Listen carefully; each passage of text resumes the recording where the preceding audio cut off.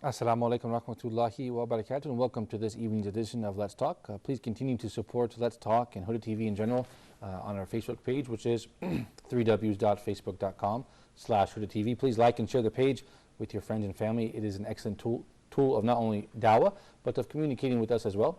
Send us a message and we can understand, your suggestions, your opinions, your thoughts, and your feedback. And you can suggest topics as well as presenters and scholars as well. So please continue to do so, as well as YouTube, which is www.youtube.com/Huda TV.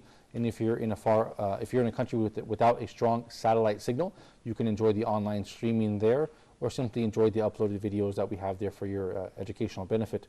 Don't forget our Twitter account, as well as, of course, email, which is talk@huda.tv. Certainly hope you have enjoyed Let's Talk, this series, this season rather. And in this episode, we have another wonderful topic, and we have some special guests as well. And what really makes this episode and this program special, I believe, is that we do have, in every episode, guests from different countries. In this episode, we have a guest from Nigeria, a guest from Alexandria, Egypt, a guest from London, as well as a guest from Guinea-Conakry, and I am from the United States as well. So 5 people on the set with 5 different backgrounds.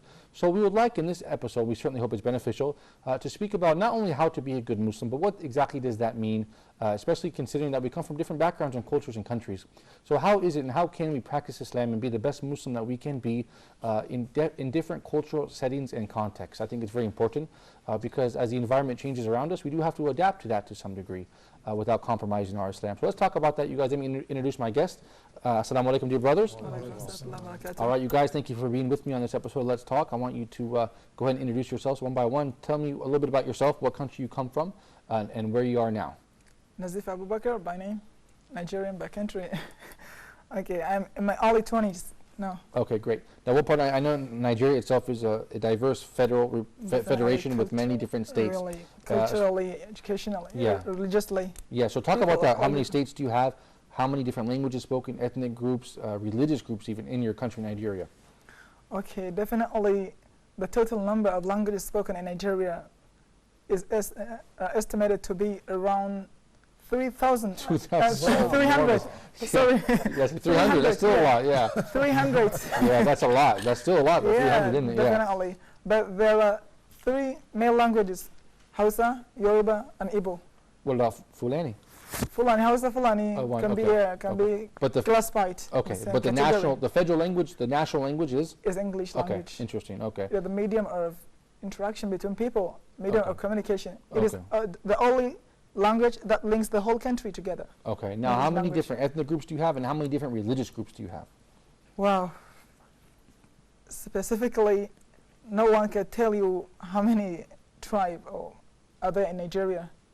But religion, we have some people, Islam, which is the largest religion, followed by Christianity. Okay. Yeah, and some animist. Animist means like native religions? Yeah, we can say like that? native, like traditional religion. Okay. They're neither Muslim nor Christian. Okay. I want to ask you this. So when I asked you how many tribes there were, you didn't give me an answer. Why? There's so many? So many tribes. Okay. Okay, that's my question. Yeah, okay, but great. we have 3 main tribes. Yeah, main tribes. Hausa, Fulani, Yoruba, and Igbo. Okay, great. 3 main languages. Okay, thank you. There are a great deal of languages over there. And when after all the brothers introduce themselves, I want to add one more component to this discussion. That is, I want you guys to tell me some cultural practices or obstacles in your native country that are obstacles that prevent you from being a good Muslim, and also mention some wonderful cultural qualities that help you along your way to being a good Muslim, inshallah. But before we go ahead, brother, I want you to answer the same question. We'll go around the circle, inshallah. Assalamu alaikum, my brothers. My name is Yasser Al-Ashkar. I'm from Alexandria. I'm 22 years old. I'm doing a Bachelor of Commerce from Alexandria University. Great. In the 3rd year right now. Are you going to take any courses with you next year, or are you passing all your classes? Of course. No, I'm just passing, but maybe like after I'm done with my Bachelor, I'll go for some courses, because you can't just live right now without any courses. So I was in India, by the way.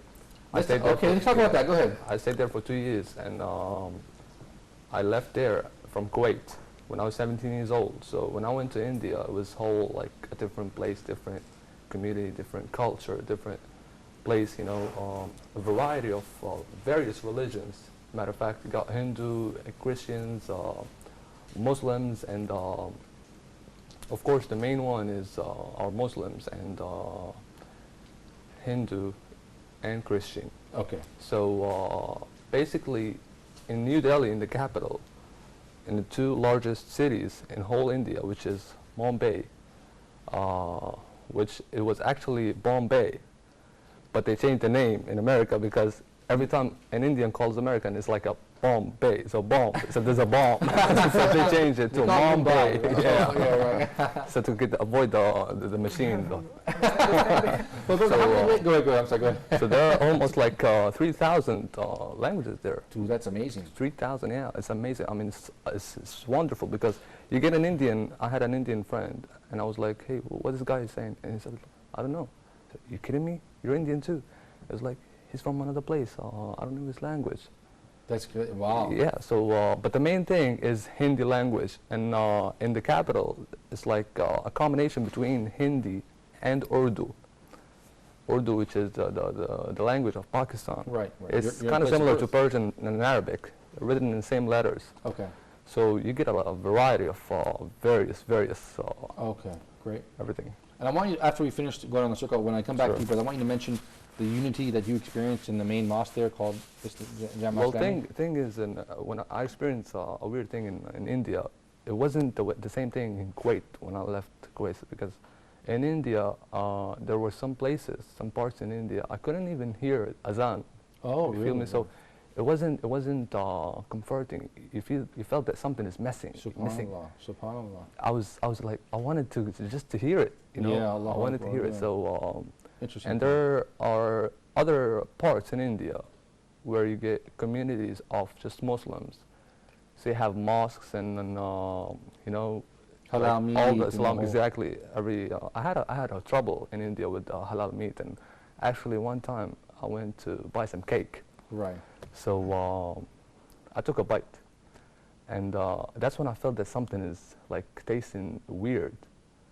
So I asked the guy, hey, what do you put in, tell me the integrity of this cake. And he was like, okay, this, and then he mentioned alcohol. I was like, what? Oh, that's right, yeah. Okay. So, yeah, I want you to mention So when you come back around, the obstacles that's a facing Muslims. problem. That's a, Yeah. you know, that's a problem. I didn't even know. So that's when I stopped using, like buying cakes from there. And Right, right. same thing with the meat. You have to ask before using it. Hey, this is because most communities, you know, you have to eat halal meat. So Yeah, right, okay. that was So- a problem. That was a problem, Okay. but you get past over Okay. it after some time, after you get used to it. Yeah, we'll come back around and Sure. talk about the challenges in India, inshallah. Sure. Brother Liz, I know you're from London. You've been on the program with me before. Thank you for being here. I want you to talk about some challenges facing Muslims in the UK, and also some obstacles and positive aspects that help you along your practice of Islam, and how can you, how the society enables you to be a good Muslim, inshallah, if you want it, and how there are some challenges facing Muslims there as well. But before you answer that, I forgot to mention, I want you to speak briefly about the diversity there, a little bit about your country. Give us a cultural background of London in particular. Yeah, London is a very extremely multicultural city. You have people from all over the world in London, from every continent, Okay. and you'll find everyone in London.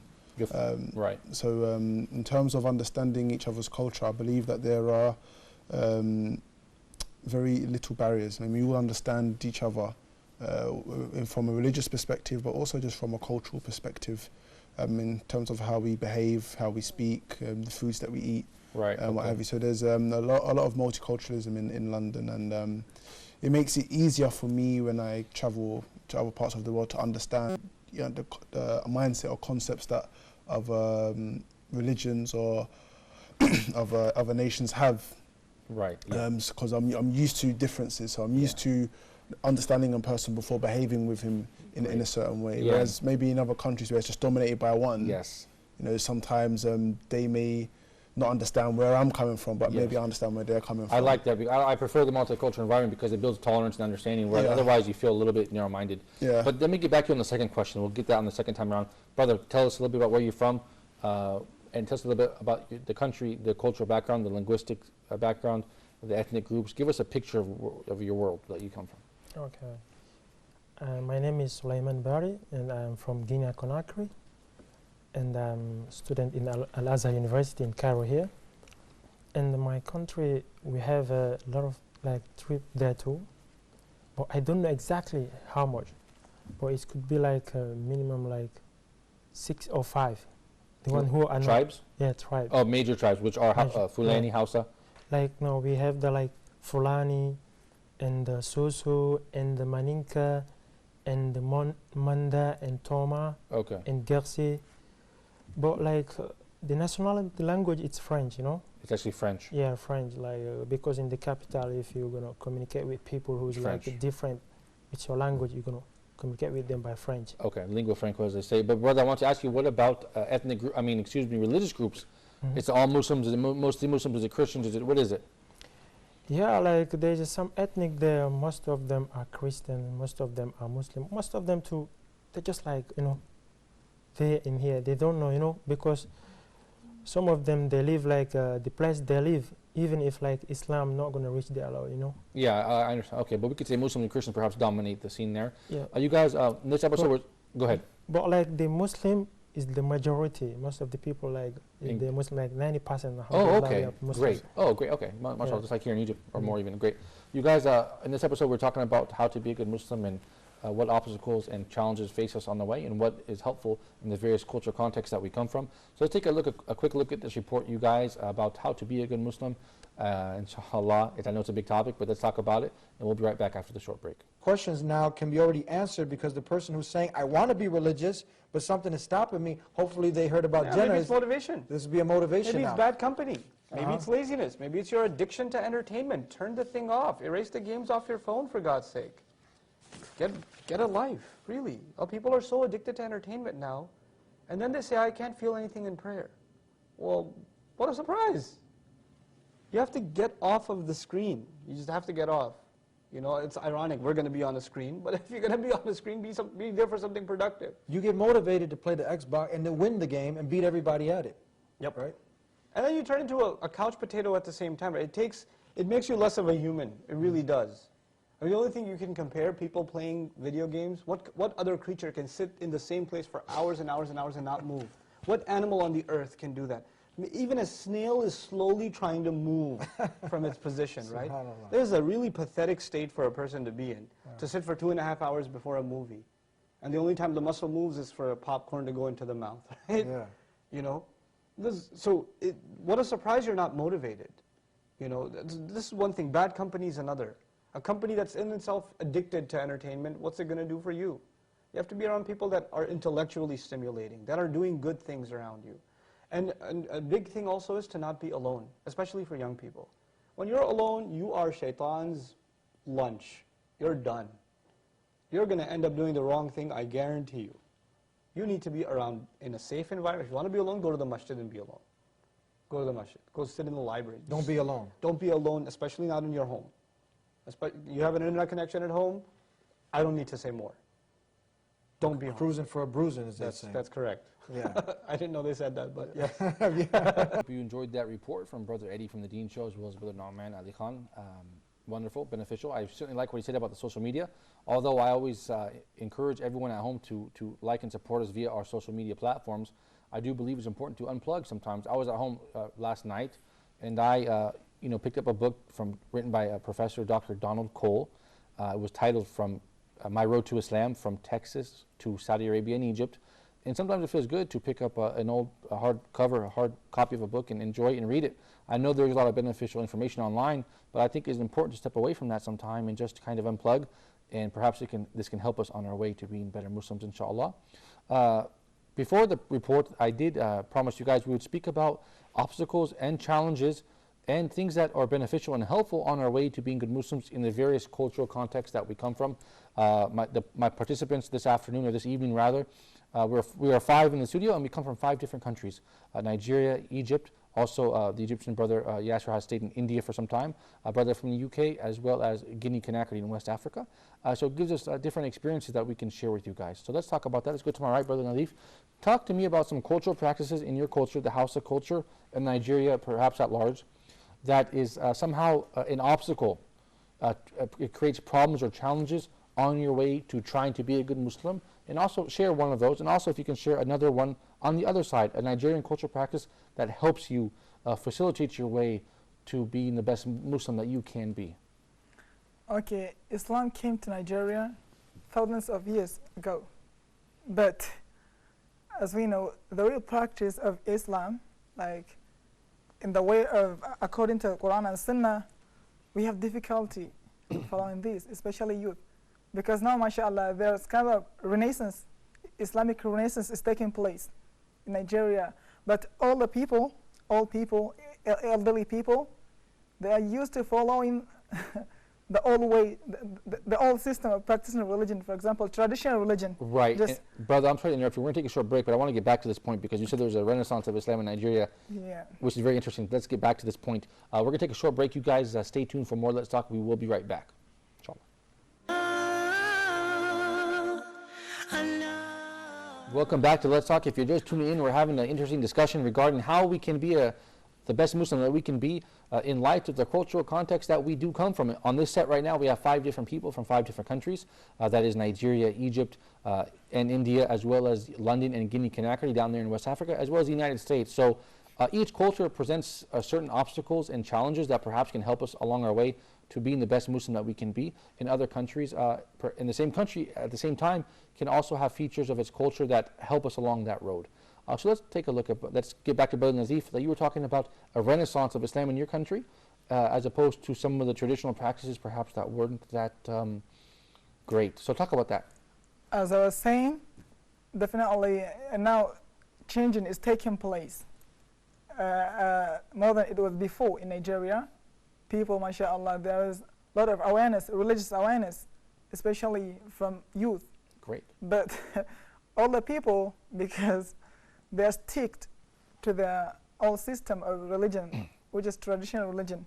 For example, if you started practice religion, you grow a beard, you will face a great challenge from your family. Wow, your father didn't have a beard. Why you? Oh, So I see. Yeah, I see. Something like that. Yeah.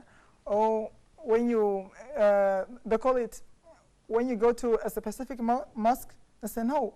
This is a new type of religious brought to you from Saudi. Oh. We have our old mosque, Yes. which your even great-grandfather Yes. used to pray there. So go I and see. pray there. They will Okay. teach you this.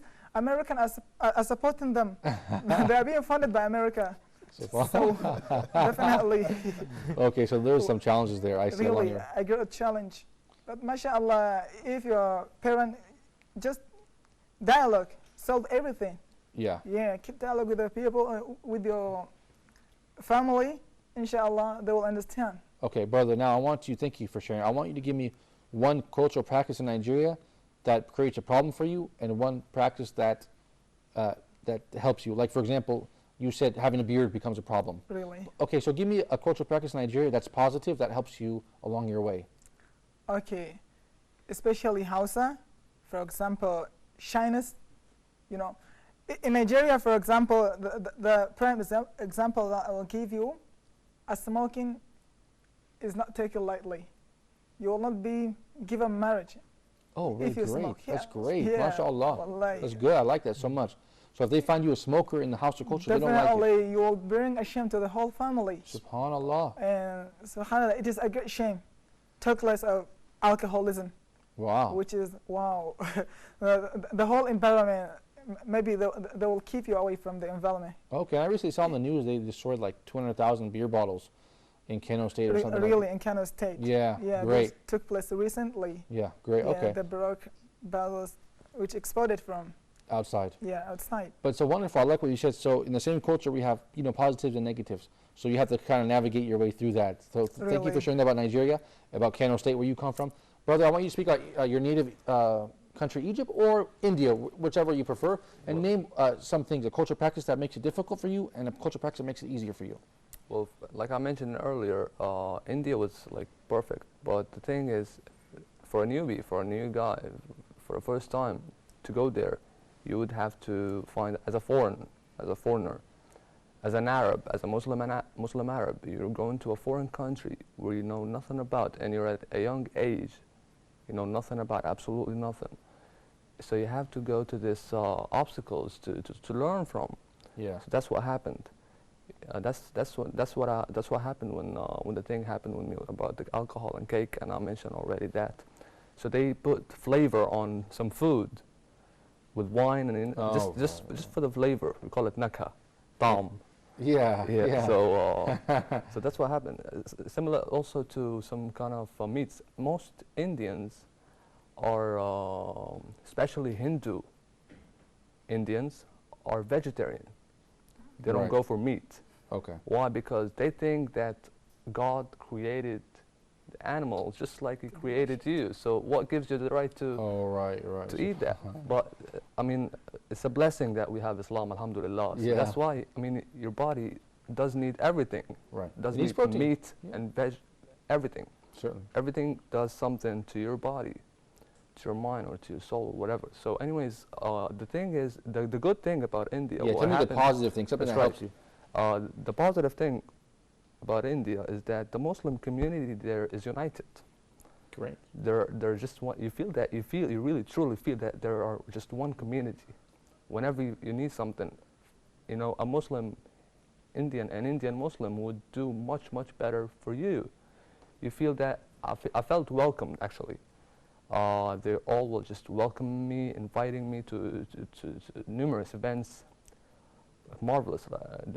A guy, a friend, a doctor friend, a doctor of mine, a friend. He's a friend. He's not my doctor. His profession is a doctor. Yeah. But he's a friend of mine. So he took me once to this building. Matter of fact, when I was young, my father was telling me a story about this one man, like years ago, maybe hundreds of years ago, and he went to a mosque, and he didn't find anyone praying in the mosque. So he went outside, and he found some people working in a building, you know, building the building. It's just Right, some workers. Yeah. So he called them, and he said, "Okay, come on to the mosque, and I'll give you some lectures, and I'll pay you money. I'll pay you just the same amount that you were Working thing, for. but all you're gonna do is just sit comfortable and just listen. And at the end of the day, you're gonna walk away." And that's what happened. And he started teaching them about Islam. He started MashaAllah. teaching them about Islam, and day and day, on and on, each day it kept going, just like this, until this man passed away. He died.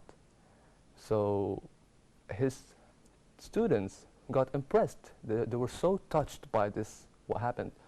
So they continued doing what he did by spreading the same thing, you know, Yeah. trying to Yeah, make mashallah. people come for.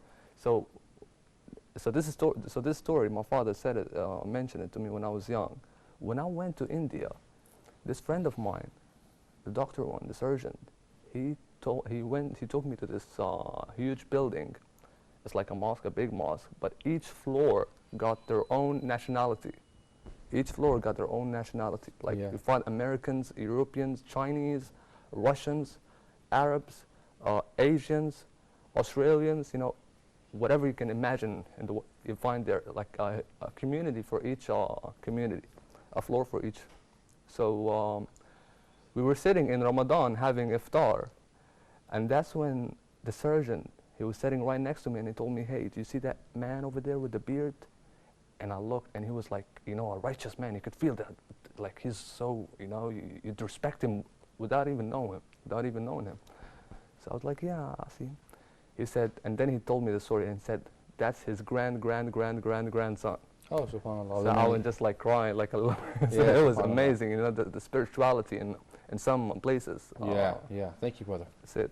Yeah, because so basically, on one hand, it's difficult to find halal meat, or you don't know the That's ingredients. Right, yeah. On the other side, you find a Muslim community there united, That's right. and you find beautiful events like this, and spirituality is there. Matter of fact, they're tight even like much more than most Muslims, because sometimes after prayer, or as they call it, namaz,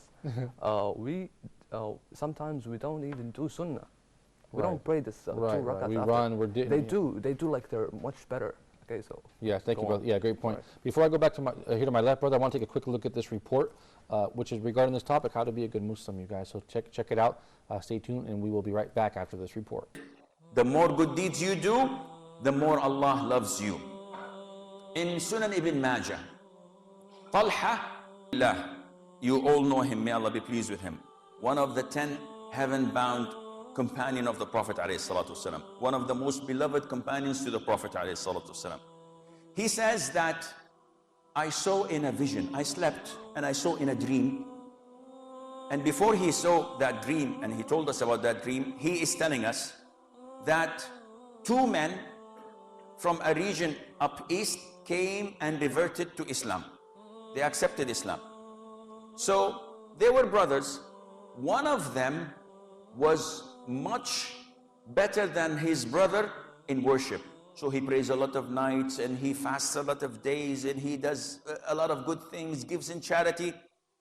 And this particular person, the one who does good deeds, went to battle and was martyred in the sight of Allah Azza wa Jal. So he's a shaheed.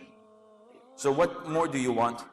He's a companion, he does a lot of good deeds, and he died as a shaheed. 1 year later, his brother died normally, naturally. So he said, I went to bed one night and I saw in a dream that I and these two men were outside of paradise waiting for the gates to open. So the gates of paradise were opened and they summoned, they called the one who died a year after his brother, the one who did not do a lot of good deeds, the one who was not martyred. And it was closed. And after a while, the doors were open again and the other person, the martyr, was admitted. Talha says, I wanted to go in and the angels told me, it's not your time yet. And I woke up. So I spoke about my dream to everyone around me and people were shocked and astonished. How is it a person who dies as a martyr and he did so many good deeds, he was much more enthusiastic than his brother, yet his brother is admitted to paradise before him? There's something wrong. And this dream reached the Prophet ﷺ and he heard what the people were talking about. So he called them and he said, what are you wondering about? They said, oh Prophet of Allah, he dies a year after this martyr and he didn't do as many good deeds as he did, yet he is admitted to paradise first. So the Prophet said, ﷺ, how long did he live after him? And they said, 1 year. He said, did he fast Ramadan? They said, yes. How many days did he fast? How many prayers did he offer? How many prostrations did he give? More than the man who was martyred a year ago. By Allah, what's between them is like what's between the heavens and the earth. 1 year of living does the difference between a normal person and a martyr, which indicates that you should value every single minute that you live and consider it as a gift, a blessing and a favor from Allah. I say what you hear and I seek Allah's forgiveness. So ask Allah Azza wa Jal to forgive me. And Sheikh Asim Al-Hakim, our resident Sheikh, the host of Ask Huda, live once a week here on Huda TV, as well as other programs. So don't forget to, if you want to hear more of Sheikh Asim, don't forget to tune into Huda TV weekly and check him out on Ask Huda, as well as other programs. I want to go back to my left brother, Elias. I want you to speak about, either comment on that report if you like, and then speak about the issue that we're speaking about, which is cultural practices in our countries that prohibit or inhibit or create obstacles for us in our way towards Allah, inshallah, practicing Islam. And on the other hand, we want to show a positive side of our culture that has enabled us to get this far and to do more, inshallah. Inshallah, I'd like to start with my culture and the good aspects. Okay. In London, as we said, is very multicultural, so you really see the blessing and the vastness of the Muslim Ummah. So there's Muslims from all over the world in London, most predominantly maybe from the Asian subcontinent, like Pakistan and Bangladesh, maybe in East London. You also have many people from Somalia. You have many Arabs in West London, like from Morocco. And in South London, you have many people who accept Islam. Born and raised in England, maybe as Christians or as atheists or what have you, and they actually accept Islam. In North London, you have many people from the Turkish community. So, like I said, there's a very wide-ranging mix of Muslims, sounds like it. mashallah. And this reflects in many of the masajid. You have a good mix of brothers and sisters from different parts of the world, etc. So when you hear ayats such as innamal mu'minuna ikhwa, all of the believers are brothers, it really feels like you can put it into practice. Yeah. You learn about different cultures, different foods, different nationalities, and how they behave, how they interact. So for me personally, that's really positive, because it's a reflection of the ummah at large. And so when there's issues like war in Somalia, or war in Chechnya, or war in Syria, or what have you, then you really feel like the whole Muslim community feels it. It's not just, for example, if something happens in Somalia, then the Somalians feel it, but everyone else is a bit detached. They're heedless. No, I think on the other hand, you have everyone, they know about one another and the issues and what have you. So that's a really positive aspect for me, and I find that quite amazing. Even when I became a Muslim, before Islam, we used to fight a lot of people from Somalia. So Somalians and maybe people from Jamaica, and like in our area, they had a lot of big conflicts and stabbings and shootings and what have you. But when I became Muslim, I remember I think the very next day or the same week I had to go to a walima. So I'm sitting down and now I'm seeing all of these Somali people around me. And I'm like, I don't like it. but you know what? It's amazing how Allah turned the heart from me having just blind hatred towards them to actually, like, people from Somalia becoming the most closest friends to me. Yeah, amazing, huh? So, and there's so many examples like this in people before Islam. They used to, like gangsters, they used to try to shoot each other, kill each other, and then after they become Muslims, that hatred just turns into love. Yeah. You know, so that for me is like a great positive for me. Yeah. But on the other hand, because there's so much diversity, there is sometimes prejudice. Yeah. Hey, can we get back? Can we take a short break and continue this point? No. Okay. You guys, we're going to take a short break. We're having an interesting discussion. I hope you're enjoying it as well, as much as I am. Stay tuned. We'll be right back for the final segment of this edition of Let's Talk. Welcome back to the third and final segment of this edition of Let's Talk. We're speaking about how to be a good Muslim. Of course, this is a very wide topic which needs a lot of explanation and needs people qualified with knowledge and scholars to speak about this in detail. However, we are approaching this issue from the cultural context and standpoint. As we are on this set today, we have 5 people from 5 different countries. And I believe that our cultural environment has an effect on us. So I took this opportunity to ask each and every participant this evening rather, what are some cultural features in the country that you come from and the culture that you belong to that help you on your way to being the best Muslim you can be? On the other hand, what is another cultural feature that from the country or culture that you come from that creates an obstacle or a challenge for you on your way towards being the best Muslim that you can be? And we heard from Nigeria, from the House of Culture in Kano State. We heard from Egyptian brother Yasser, who lived in India for some time, and he spoke about the interesting diversity and dynamics in that massive country itself and the multi-ethnic culture that it is. And right now we're hearing from brother Elias from London, who spoke about the positive aspects of being in a truly multicultural Muslim community, which really highlights the diversity of Islam. However, before the break, before I interrupted him, he was going to speak about some of the drawbacks or problems that arise from such diversity. So let's talk about it, brother Elias. Please continue. Yeah, sometimes amongst some of the different nation groups, there is some prejudice. Maybe someone from one country doesn't like people from a particular country, and this really, sometimes it becomes apparent in the masajid. Like you may have a Somali masjid or a Bengali masjid, Pakistani masjid or West African masjid, and that divides into Nigeria and the Ivory Coast. Sometimes it can be a bit of a barrier as well. And for the people who were born and raised in London, the issue of intermarriage isn't a problem. So you may have someone from Turkey that wants to marry someone from Ivory Coast. Yep. Those two, it's not a problem. They're okay. But the parents who maybe migrated from another country cause big problems sometimes. So the diversity is a blessing, but at the same time, it comes with a lot of issues, subplots that come with it. And we have to deal with wisdom and maturity. I was in Copenhagen, by the grace of Allah, with Dr. Muhammad, and our host was very gracious, and he said to us, this mosque features people from Arabic background. This one is Turkish background. This one is South Asian background. And I understand why that happens, cultural and language barriers, but at the same Somali background. But at the same time, you feel like this is becoming some sort of problem. We have multiple communities, not one community. And, it's a challenge.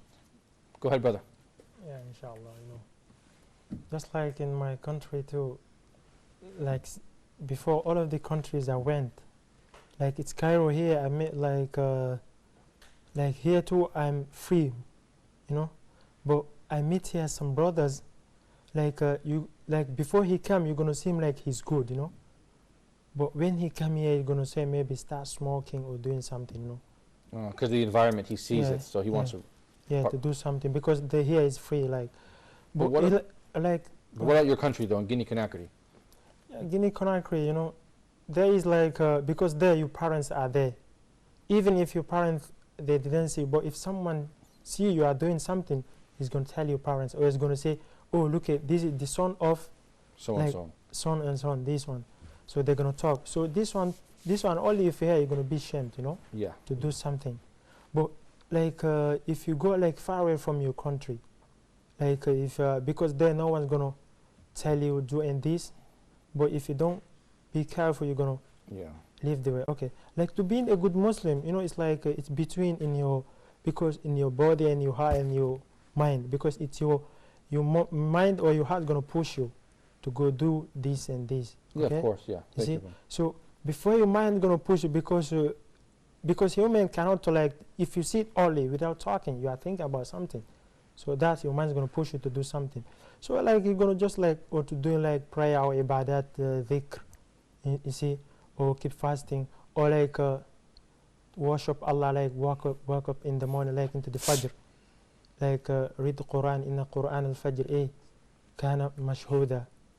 So like to get your Quran order, like to do some many things like good, because like in the morning, to starting in your morning, you have to start like by worship, okay? Yeah, start your day right. And then to like knowledge, to reading Sirah of the Nabi Muhammad sallallahu alaihi wasallam, okay? To know what like his role, what he did, and to be a good Muslim, okay? And to serve people, to help people. Like we have another story like about the Prophet, peace be upon him. Like when like he was helping, one lady was helping him to carry off his things. He was going somewhere, and then but the lady doesn't know it's the Prophet. He just like talking, just telling like the Prophet, there's a one guy, he is come from Mecca here. He talking about religion, about like do prayer and this and this. This guy is not good. The ladies are like swearing the Prophet, but the Prophet doesn't like tell him directly, okay? Right. Okay, but she just like keep like talking about something is not good about the Prophet, but she doesn't know it's the Prophet as helping her, okay? And then when they reach the place, or the place like where the lady was where going, they're going, right? okay?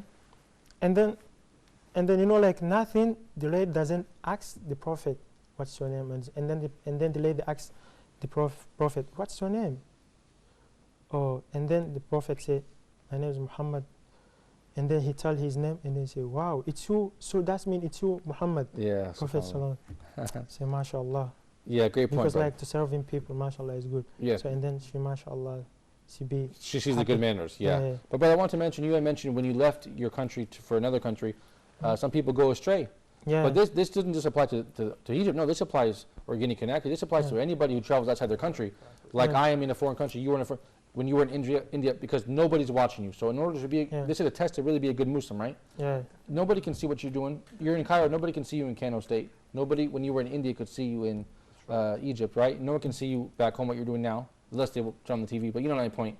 So I think it's important. This is also part of being a good Muslim. Nobody's watching over you except Allah. So you have to keep it. Go ahead. Just on that point, there's a famous story, I believe it's attributed to Imam Malik, rahimahullah, in which he was going to school with some other youngsters. And the parents, they started complaining, saying all of the teachers, they're favouring this boy. No, they're saying this boy is better than all of the other children. Why? And so the teacher said, okay, I'm going to show you why he's better than everyone else. And so the teacher, I think, gave them some sweets or some money, and says, you have to put this in a place where no one can see this. No, hide these where no one can find it. So the children, they all run away, and they all come back.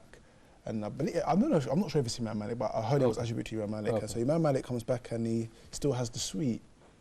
And so the parents, they've been gathered and they're all asking, you know, okay, what's the outcome? Why have you brought back all of the sweets? And he says, I realized that no matter where I put it, Allah's watching me. SubhanAllah, Yeah. Yeah. And so all of the parents said, okay, this is why Yeah, we yeah. understand Yeah, now. SubhanAllah. So it's an important point that no matter where we are throughout the world, if we just remember that Allah is watching us, then it shouldn't matter where we put, no matter what culture we're in, no matter what setting we're in, inshallah, we should always be try our best to be good Our Muslims, best. Yes, inshallah. thank you, brother. And I don't really need to share my experience Actually- because Brother Ilyas basically said it for me because we come from similar backgrounds, so I don't need to repeat it. Go ahead. I believe that any Muslim who would leave, who would go to anywhere, he should represent his community. He should represent the Ummah of Islam, because whatever you do, you're a reflection of the rest of the rest of you. So whatever Yeah. you do, you have to be careful, like represent your Ummah right, be cautious, like smile, Yeah. greet people, say assalamu alaikum, make a like good behavior, set an example for others, make them like so eager to find out, Yeah. hey, why are you doing this? Be the reason why they become That's Muslim, right. not why they don't like Muslims. Encourage Yeah, them. that's So right. this is Yeah. a very, people should like. And this could be accomplished very easily just with some good manners. Mm. Yeah. You know, it's a great opportunity. I want to mention that we only have a couple minutes left. If we can just go back really quickly around one time. Sure. I feel like sometimes as a Muslim, if you put your religious beliefs, if you give them a higher value than the cultural beliefs, whatever culture you come from, even if it's in a Muslim country, then it makes you loved by some and hated by others, or liked and disliked a little bit. I feel this. Do you feel the same way? Really. Well, tell me why.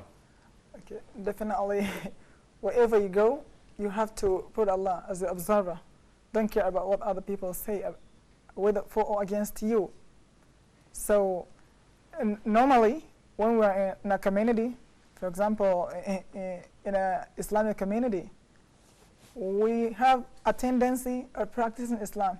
But when we're out, it's a nature of a man, you know. Right. When right. you're out, To be dragged to definitely, when you're out, Yeah.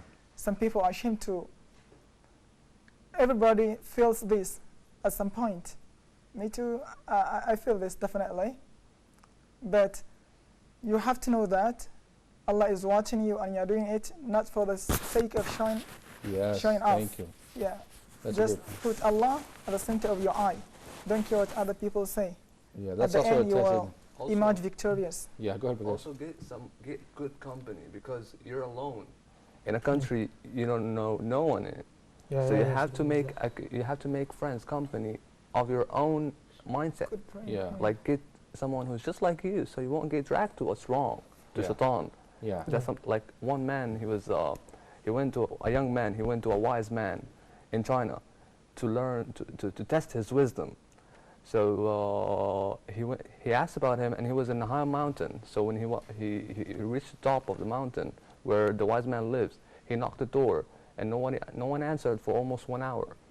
After 1 hour, a woman came out, and she was like, "He's not here, and he'll be back very soon. Just wait for him." And he waited for another 2 hours. So after 3 hours, the wise man finally came. The old wise man finally came. So he was like, he found out that the young man was so troubled and angry. Like, why? He didn't say anything, but you could understand of his like. So what happened is he said, the wise man said to the young man, "Would you like some tea?" So the young man was so surprised. I mean, I'm really pissed, and he's asking me, "Do I want some tea?" Isn't he thinking straight? What's wrong with him? So what happened is, he said, would you like some tea? And he asked him for the second time, and then for the third time, and then he said yes, the young man. So the wise man brought a cup of tea, and then he was Pouring it. and then it flowed. Yeah. So it came out of the cup. Overflowing. So what happened is the young man was like, "Hey, stop! What are you doing?" And then he kept going. Okay, we've seen it in a couple of places, but it was a different story. So this is the original one. Actually, they stole it from this one. What happened? Yeah. So what happened is that, so the wise man explained when you came here, you thought that you're all cool and all great and all smart, and that you're so arrogant about everything, that you know everything, that you're a wise man when you're still young and you don't know nothing. Right. So your emotions are just like the cup. When it's full, you cannot have any more.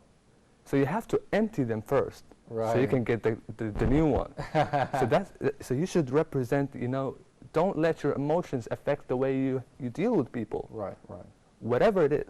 Yeah, that's a great point. Yeah. It's a part of being Go on, please. a good Muslim, having good manners. Inshallah. That's right. Yeah. Hey, you guys, thank you for your time. I certainly appreciate it. I hope this episode was beneficial for the viewers. You guys at home, thank you for watching Let's Talk. As I said, don't forget to support Huda TV, and don't forget to shoot me an email at talk@huda.tv. I hope this episode was interesting and beneficial for everyone, all the viewers at home. Until next time, inshallah, I leave you in the care of Allah. Assalamu alaikum wa rahmatullahi wa barakatuh.